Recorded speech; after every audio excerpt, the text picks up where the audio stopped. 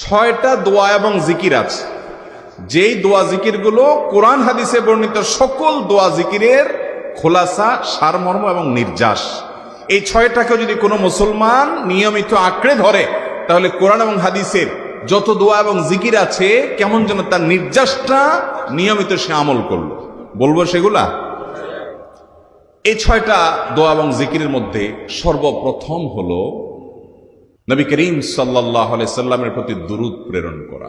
নবীজি সাল্লাল্লাহু আলাইহি সাল্লামের প্রতি দুরূদ প্রেরণ করার আমল এরকম আমল, আপনি যদি সারা দিনে শুধুমাত্র নবীজির প্রতি দুরূদ প্রেরণ করার আমলটাই জিকির হিসাবে সবচেয়ে বেশি করেন, দোয়া হিসাবে যদি এটাই আপনি সারাদিন করতে থাকেন, তো আপনার জন্য যথেষ্ট হবে, আল্লাহর কাছে আর কিছু না চাইলেও চলবে। দুরূদ মানে হলো নবীজির জন্য দোয়া করা। ভাই, আল্লাহ তার হাবিবকে রহম করবেন, আপনার আমার দোয়ার দিকে আল্লাহর তাকানোর কোনো ঠেকা আছে? নবীজি কি আমাদের দোয়ার কোনো মুখাপেক্ষী? কিন্তু আমরা তার জন্য দোয়া করলে ওই চান্সে আল্লাহ তাআলা আমাদের প্রতি অনুগ্রহ করবেন। একবার না, আপনি নবীজির প্রতি একবার রহমতের দোয়া করবেন, একবার দুরূদ পাঠ করবেন।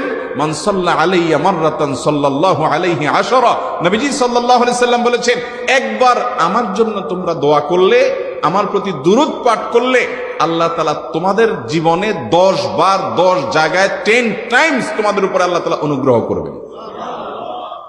আপনি টেরও পাবেন না কত জায়গায় আল্লাহ অনুগ্রহ করেছেন। আল্লাহ বাঁচাই দিয়েছেন, একটুর জন্য শেষ হয়ে যান নাই। ওই যে দুরূদ পড়ছেন, আল্লাহ তাআলা রক্ষা করছে, আপনি খবরও নাই। আল্লাহ তাআলা আপনার প্রতি বিশাল একটা দান করছে, আপনি লক্ষ্য করেন নাই। ওই যে দুরূদ পড়ছেন একবার, 10 বার রহমত হবে। এভাবে যত দুরূদ পড়বে সে তত রহমত এবং অনুগ্রহ পাবে। বেশি করে পাঠ করবো তো ইনশাআল্লাহ। সবচেয়ে শ্রেষ্ঠ দুরূদ, সবচেয়ে উত্তম দুরূদ হলো দুরূদ ইব্রাহিম, যেটা নামাজে পড়েন। আর সবচেয়ে সংক্ষিপ্ত দুরূদ হলো সাল্লাল্লাহু আলাইহি ওয়াসাল্লাম। এছাড়া নবীজির প্রতি দোয়ামূলক যে কোনো দুরূদই আল্লাহর কাছে গ্রহণযোগ্য হতে পারে, যদি দুরূদের অর্থের মধ্যে, কথামালার মধ্যে খারাপ কিছু না থাকে। 6টা দোয়া হলো কোরআন হাদিসের শত শত সহস্র দোয়ার নির্যাস এবং খোলাসা। তার 1 নম্বর হলো দুরূদের আমল। করবো না বেশি বেশি ইনশাআল্লাহ।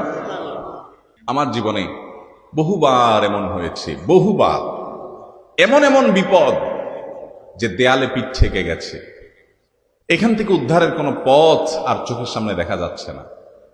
আমি এই আমলটি, এর পাশাপাশি ইস্তেগফারের আমল, যেটা 2 নম্বরে বলবো আমি, এই দুটি আমল কন্টিনিউয়াসলি করে গেছে, হরদম প্রতি নিঃশ্বাসে নিঃশ্বাসে, বাস টয়লেটের টাইম বাদে বাকি ফুল টাইম এটা দুরূদ এবং ইস্তেগফার অব্যাহত রাখছি। আল্লাহ তাআলা এমন ভাবে অলৌকিক ভাবে উদ্ধার করেছেন যে আমার কল্পনায়ও আসে না।